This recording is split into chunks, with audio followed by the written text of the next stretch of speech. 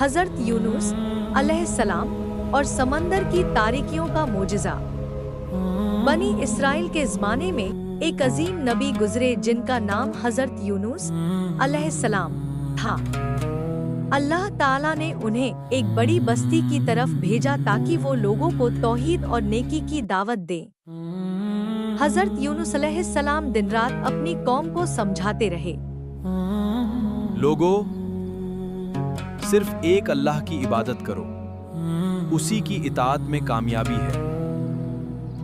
मगर कौम ने उनकी बातों का मजाक उड़ाया। कुछ लोग हंसते, कुछ इनकार करते और कुछ कहते, अगर तुम सच्चे हो तो वो अजाब ले आओ जिससे तुम हमें डराते हो। सालों गुजर गए मगर बहुत कम लोग ईमान लाए। हज़रत यूनुस को अपनी कौम की जिद और नाफरमानी पर बहुत रंज हुआ।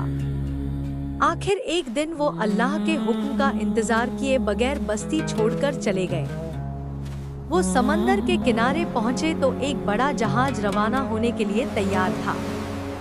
हज़रत यूनुस उसमें सवार हो गए। शुरू में सफर बहुत आराम से गुजरा, लेकिन अचानक आसमान पर सियाह बादल छा गए। तेज हवाएं चलने लगी। समंदर की लहरें पहाड़ों की तरह बुलंद होने लगी। जहाज हिचकोले खाने लगा। मुसाफिरों ने खौफजदा होकर कहा, जहाज बहुत भारी हो गया है। अगर हमने किसी को समंदर में न फेंका तो सब डूब जाएंगे। उस ज़माने में कुरा अंदाजी की गई। नाम निकला हज़रत यूनुस अलैहिस्सलाम का। लोग उन्हें नेक आदमी समझते थे, इसलिए दोबारा कुरा डाला गया। फिर भी नाम हज़रत यूनुस अलैहिस्सलाम का ही किया। तीसरी बार भी यही हुआ। हज़रत यूनुस समझ गए कि इसमें अल्लाह की कोई हिकमत है। चुनाचे वो खुद समंदर में कूद गए।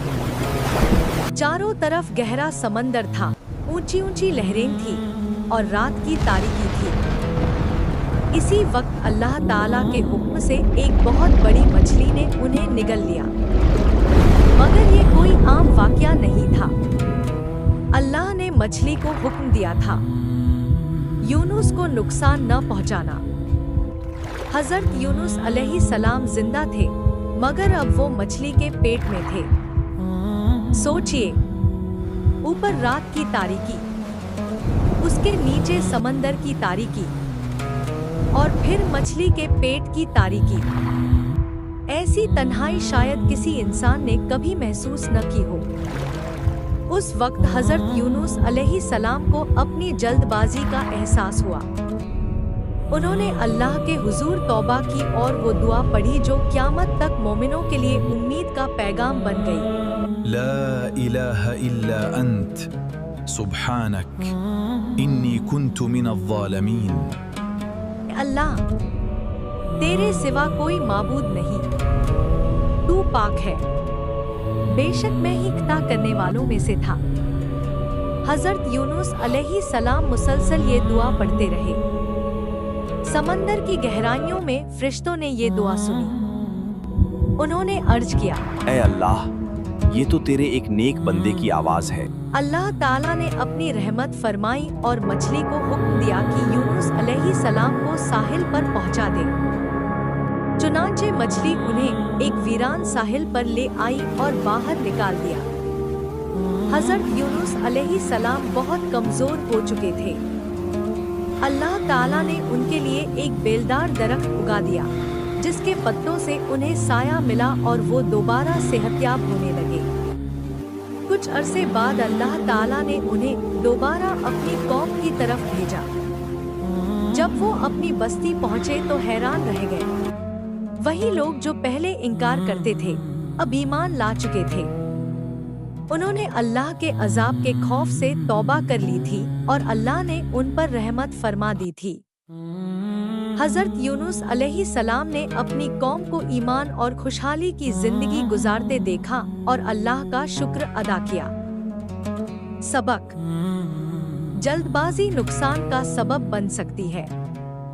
अल्लाह की रहमत से कभी मायूस नहीं होना चाहिए।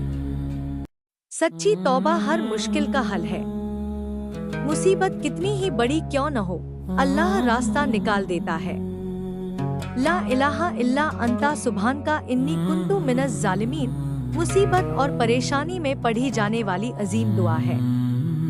ये वाक़िया सूरह अस-साफ़ात, सूरह अल-अंबिया और सूरह यूनुस में बयान हुआ है।